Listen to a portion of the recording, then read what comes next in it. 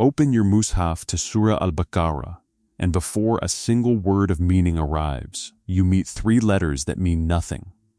Alif, Lam, Mim, no verb, no noun, no sentence. Recited in prayer for 1400 years, taught to children before they can read, chanted in the loudest congregations on earth, and to this day, no scholar, no exegete, no jurist has produced a proof for what they actually say. That should unsettle you more than it does, because the Qur'an does not waste breath. Every letter, every pause, every repeated word in this text has been mined for meaning by scholars who gave their lives to exactly that project. And yet 29 surahs, more than 1/10 of the entire book, open with combinations of letters that even the sharpest minds in Islamic history, men who could reconstruct grammar from a single vowel mark, admitted they could not fully decode. You've probably been told this is just a mystery, a curiosity, something you shrug at on your way to the real verses. That is the wrong response. And by the end of this, you'll understand why the not knowing might be the entire point why 14 centuries of the most rigorous theological minds in history didn't fail to solve this puzzle. Because it was never built to be solved. It was built to do something else to you entirely. Here is what you have probably assumed, even if no one ever said it to you directly. That no one can explain it means the text has a hole in it. A gap. A place where meaning should exist and simply doesn't either, because the knowledge was lost with the first generation, or because frankly, some things in Scripture are just filler. Both of those assumptions are wrong, and the correction is not technical. It is a complete change in what you are looking at. Surah Al-Imran, verse 7, does something almost no other scripture does. It tells you in advance that its own contents are not uniform. Some of it, the verse says, is muqam, decisive, load-bearing, the foundation of the entire structure. Some of it is shabihat, ambiguous, layered, resistant to a single final reading. And then the verse does something sharper still. It warns that people whose hearts have already deviated will be the ones who chase the ambiguous portions, hunting for a hidden meaning to exploit, while those grounded in real knowledge will say only that they believe in it, all of it, as coming from their Lord. Sit with that for a second. The Quran predicts inside itself that there will be verses no one can fully explain, and then predicts your reaction to them. It tells you which posture toward the unexplained is stable, and which one is a trap. The disjointed letters that open 29 surahs are not evidence the text broke down. They are the single clearest, most concentrated instance of mutashabihat in the entire book. Which means the not knowing was not a failure of scholarship. It was a specification. Something was built to resist you on purpose, and your task was never to force it open.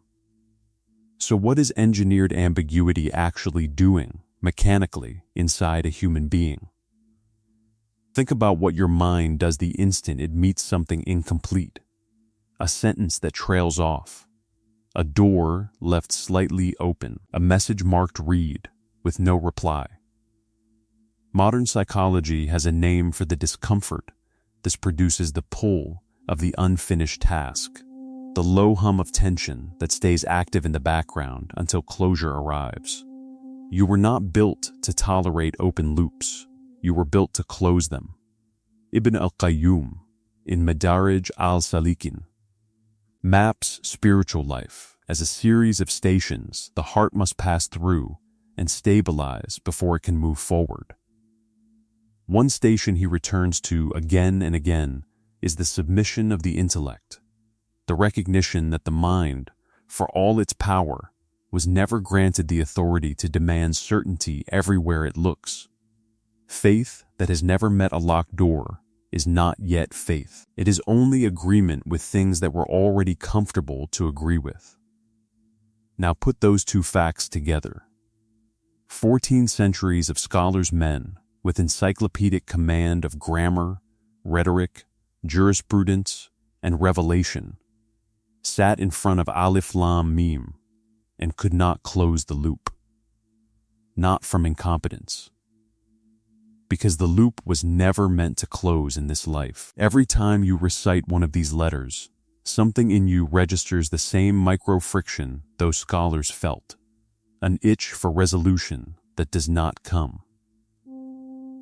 Repeated across a lifetime of prayer, that friction is not noise. It is training. It is the text conditioning you, letter by letter, to hold an open loop without collapsing into either denial or obsession, which happens to be the exact skill the rest of your faith will demand from you the moment life itself stops being explainable too. If you need further proof that this was not a gap, but a boundary marker, look at how these letters are physically pronounced, because even the rules of recitation refuse to treat them as ordinary language. In any other part of the Qur'an, letters combine into words, and words carry the normal rules of Arabic pronunciation: short vowels, long vowels, the way a hamza opens or closes a syllable. The Muqattaʿat breaks that pattern entirely. They are not read as if they spell anything. Alif Lam Mim is not pronounced as a word, the way you would pronounce a name or a noun. It is spelled out, letter by letter, exactly the way you would recite the alphabet to a child: Alif, then Lam, then Mim, each one a separate, complete unit of sound.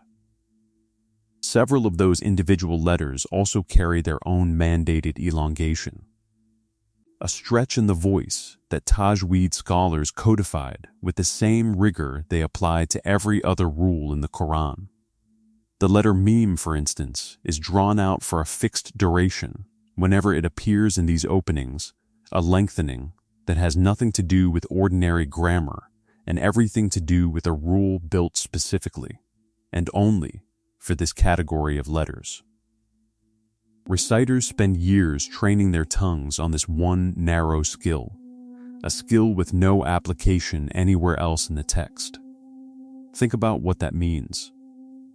The custodians of Quranic recitation, a tradition built entirely around preserving sound with obsessive, generational precision, did not smooth these letters into the surrounding language.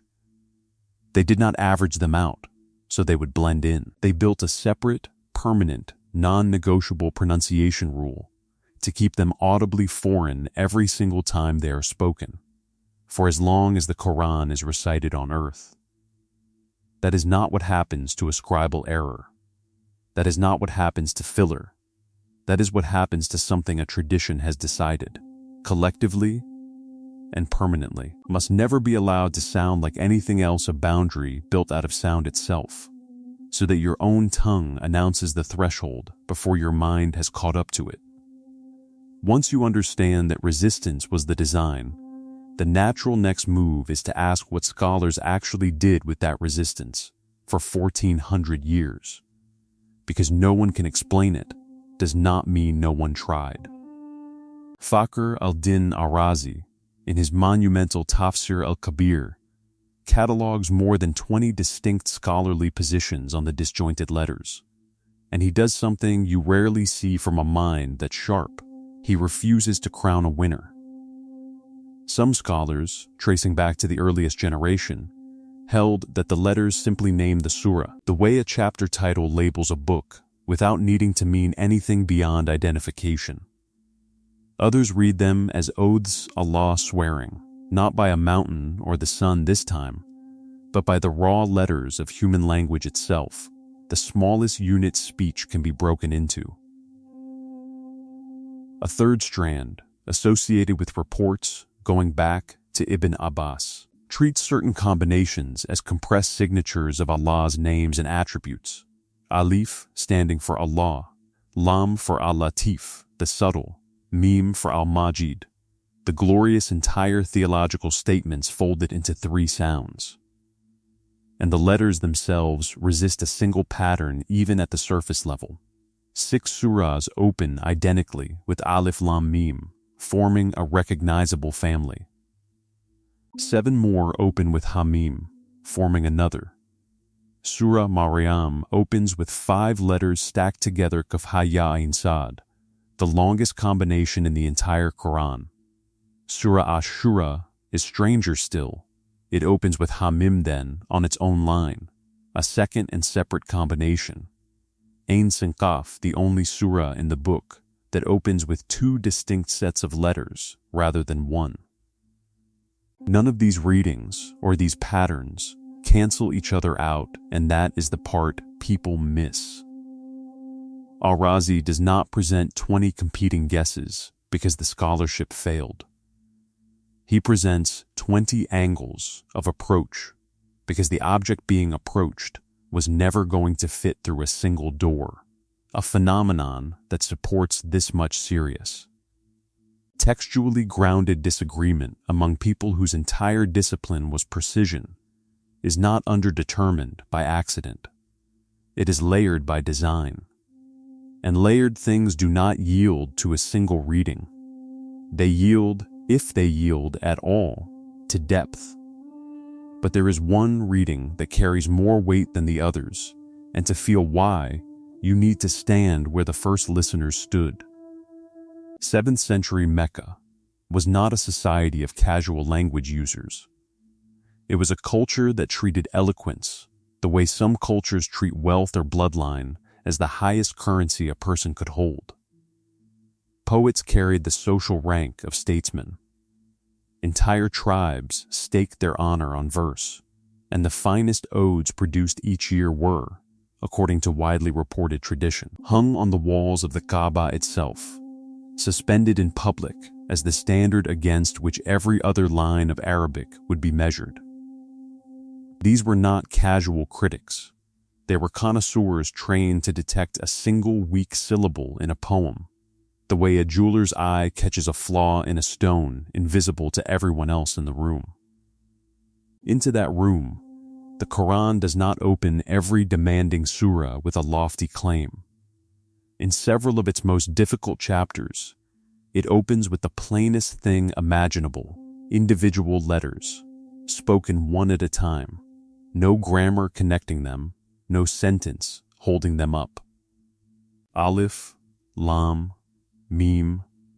It is, in effect, showing its raw materials before the performance, the way a craftsman might lay out unshaped ore on the table before the finished blade.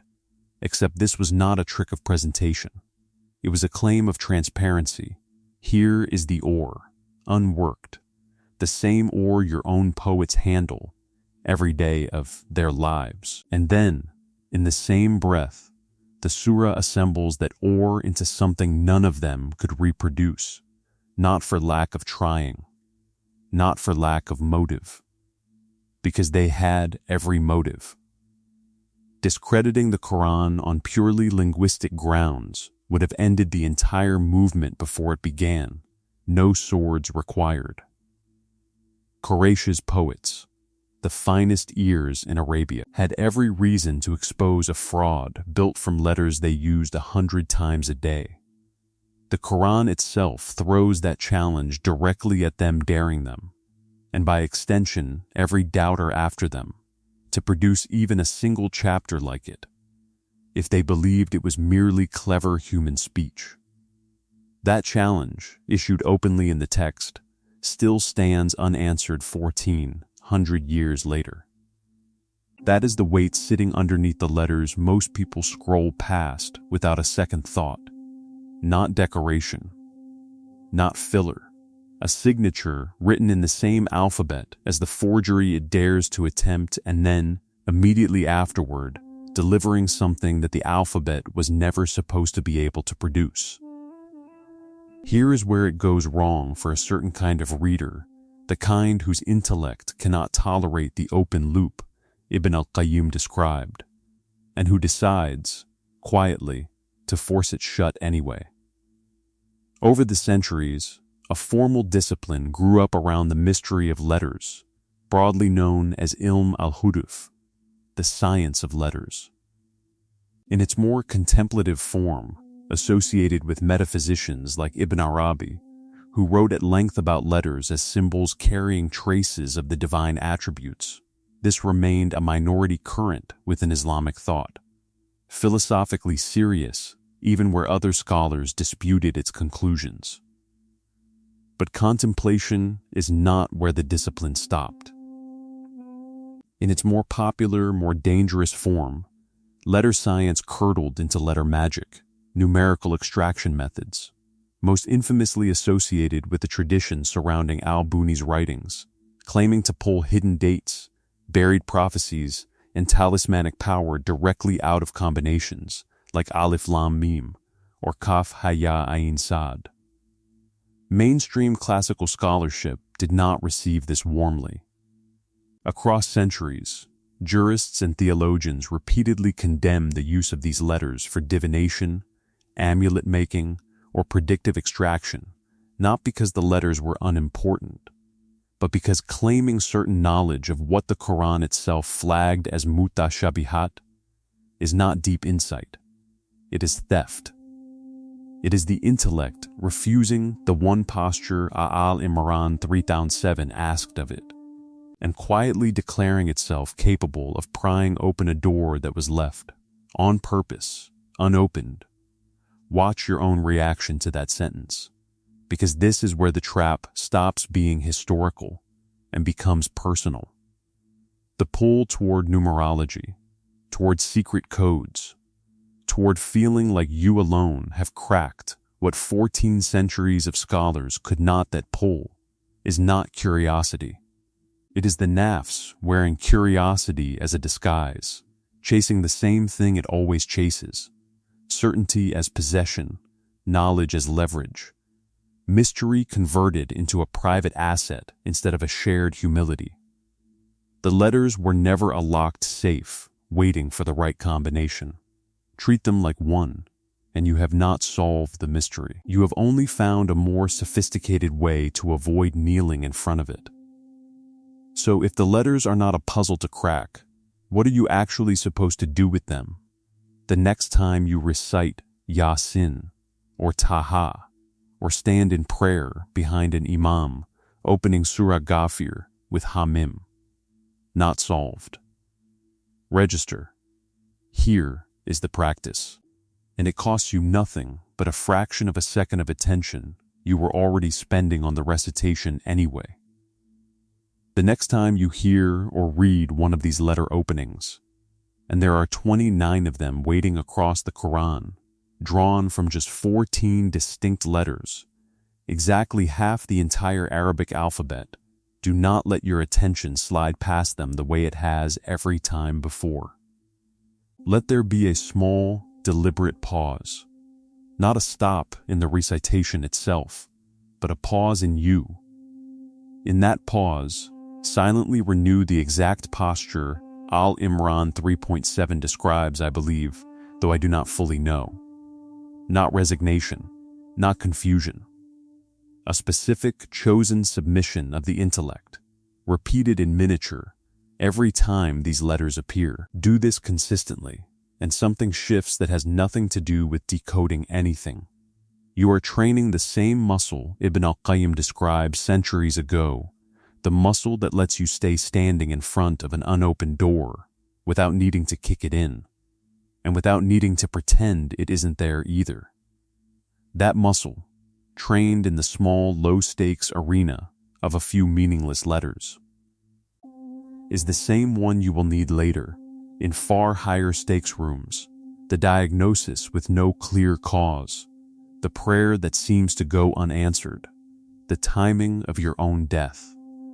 None of those will announce themselves in advance. None of those will hand you a decoded explanation before asking you to submit anyway.